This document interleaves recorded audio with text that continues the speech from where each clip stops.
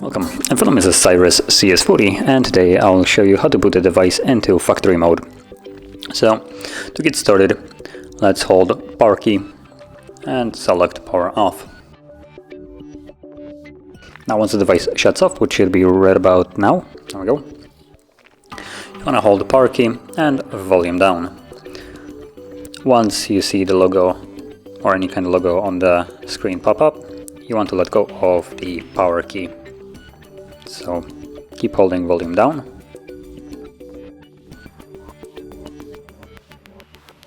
And from here you can let go and wait for it to boot back fully to the factory mode.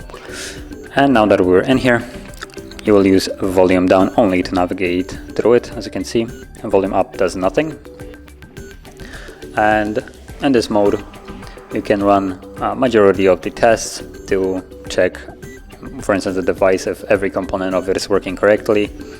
Now the two first option is either one of them is a manual testing and the other one is automatic one. So the automatic goes through all of them at once, or not really at once, but one after another, while the manual one allows you to pick which part of the phone you want to test.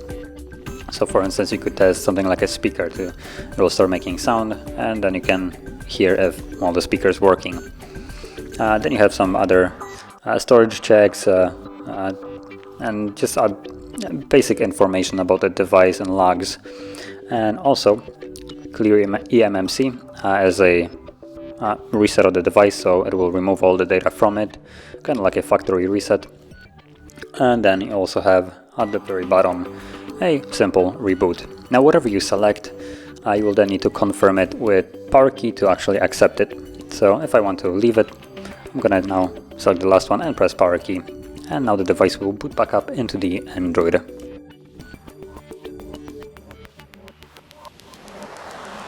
And as you can see, we're now back in Android.